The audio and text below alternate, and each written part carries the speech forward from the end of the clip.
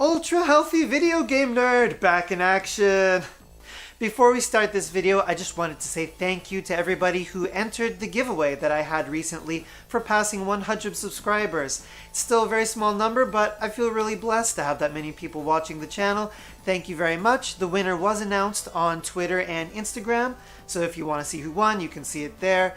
They should be getting the game very soon, and everybody else who didn't win, really appreciate you entering. Sorry that you didn't win, but after I get, maybe a few hundred more subscribers, I would definitely like to do another one in the near future, so stay tuned for that. Today's episode is related to video game prices again. When some people hear that I live in Japan, they might be thinking that I have access to incredible miracle deals on games that are otherwise very rare and expensive and out of reach. Well, the fact of the matter is that's not true anymore. Any game shop now that sells retro games, that deals specifically in retro games, will understand that these things are extremely valuable. Really, everybody knows the going prices of each game, and you're not really going to find any super miracle deals anymore.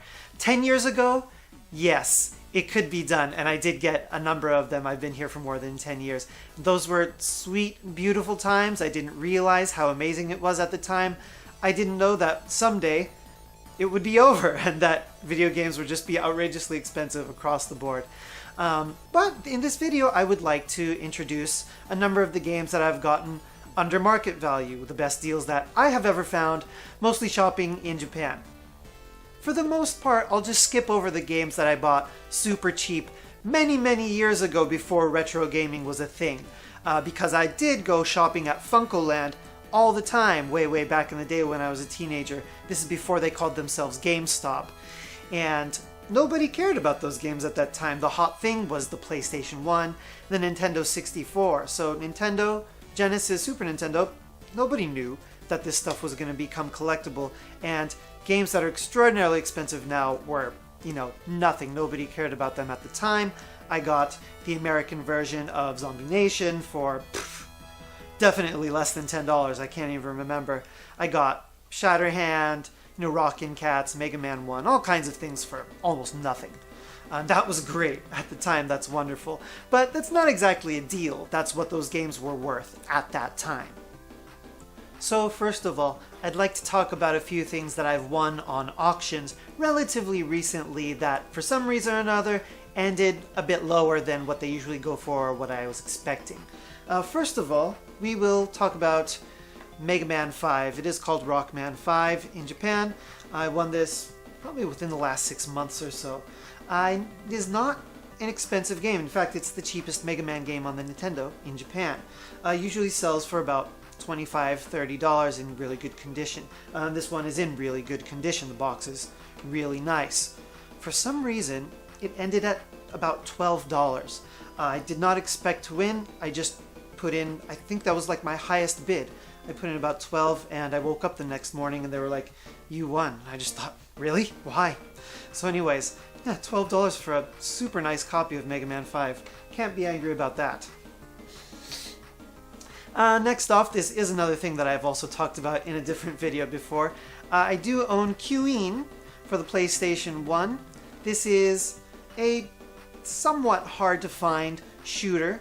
It is a pretty nice game. You can watch my other video that I made about it if you want to know what kind of gameplay it has. Stores are generally asking around $60 or $65 for it. And obviously if anybody attempted to put it up on eBay, it would probably sell for more. I don't think any copies there at the moment. I got it for $30 on Yahoo Auctions. So that may just be how much people are actually willing to pay. It may have just been very lucky. I'm not sure, but that's a really good price for a game that doesn't come up very much. And one more thing, this is the Japanese version of Guardian Heroes. I had the American version of Guardian Heroes still with me, and I was gradually changing my collection over from, I still had a few American games, so I was just kind of getting rid of those and getting everything Japan version. And this is not an expensive game in Japan. Again, generally sells for $25 or $30. This one only sold for $10. I have no idea why. I bid probably $10 or $15, And I remember it ended, and I expected, somebody else to bid, and I just looked at it, and I was the only person who bid on it. $10, great condition, doesn't have the spine card, but otherwise no problems. I have no idea why nobody else bid on it, but that's an extremely good deal, so that was just luck. Next, I'll talk about a couple games that I bought on some of my first trips to Japan. This was before I lived here. I did actually study abroad and travel here another time before I came and lived here. And I did some game shopping, of course. I went to Akihabara and a place in Osaka. And I got some things. Again, you might not say that they were deals because I bought them at what the price was at that time. It was a long time ago. But they were extremely cheap compared to what they are now. So let's just look at those. First of all, it doesn't have the instructions, but I did buy Batsugun for the Sega Saturn ages ago. And there was a shop, they had this basically on clearance for, it was either $10 or $15. I can't remember. Now, I didn't know, specifically everything about all the Saturn shooters at the time. This is before YouTube, but I knew it was by Toplan. So I did grab it. Great game. Really, really fun. I've kept it throughout the years. It still doesn't have the instructions. It's kind of silly. But $10 or $15 for a copy of Batsugun, even without the instructions, is an extraordinary price. And the case is actually the original case. So, it's kind of nice having that. And this is definitely one of the luckiest things I've ever gotten. Probably you could say. I do own Super Tempo for the Sega Saturn. Now, this is a quite sought after game these days. I have no idea how many of these they made. It obviously was not very many. I bought this, again, way back, at a store in Japan for $25, $30. Can't quite remember, but again, it was super cheap because it was just something that I bought as an experiment. I didn't know what it was. I think my brother had given me a 32X at one point, so I had played the original Tempo, so I knew what it was. So I was like, okay, it's probably going to be relatively interesting. It's a 2D platformer. It's my thing. So I grabbed it. Years later, it's, one of the more expensive Saturn games. It's, $250, $300. And I've still got it. Not the best platformer, but it was a great deal. Next off, I am going to talk about a couple of the games that I bought just before that time 5 or 6 years ago when retro gaming prices really jumped. There was a noticeable moment, in Japan at least, where the prices just went crazy, and it happened kind of during this year or two period when I wasn't playing very much. So these are a couple games I got, you could say, like just before the price skyrocketed. Really lucky in my case. So first of all, this is Hyper Duel for the Sega Saturn. At the time when I bought this, it was $100. Now at the time, that was an expensive game. That was, one of the more expensive games I had ever bought, probably. Has the spine card.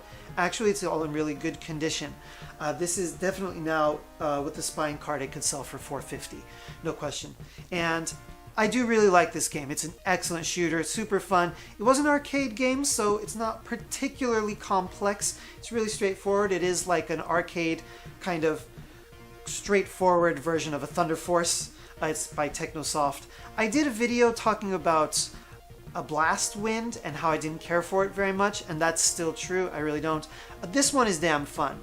$450 obviously is a lot of money, but it's really good game, and I got it for only $100. Thank God.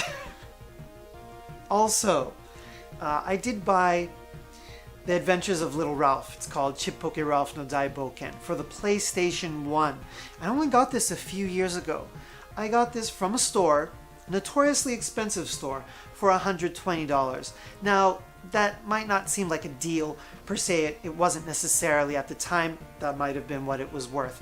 However, shortly afterwards, probably, not even 6 months afterwards, the price went way higher. It's almost certainly because the guy Radical Reggie from the Metal Jesus Rocks channel talks about it a number of times, says it's one of the best games, and it absolutely is. I'm shocked at how good of a 2D platformer it is. It's great, and now it's definitely will sell for at least twice what I paid, which was $120 with the spine card. Super lucky. That was just, very grateful to have gotten this. because usually stores cost more than auctions, and it's selling for $250 on auctions, so gotcha. Here's a little something I picked up for a wooden nickel off the street. I'm kidding. No, Saki is priceless. She's my sweetheart. How you doing? She wants attention today, so I thought I'd bring her into the video. One of the best deals that I've gotten in recent memory, actually, is on the Japanese version of Shatterhand. This is called Tokyu Shirei Soul Brain. In Japan, it was based on a TV superhero series, so the only difference between the American version and the Japanese version is your main character graphic. You're one of these, suited up superheroes, the tokusatsu characters. And I think there's one song that's different in the game, but otherwise, exact same gameplay. Really great game. This came up on Yahoo Auctions, and someone set the buy it now price to $120.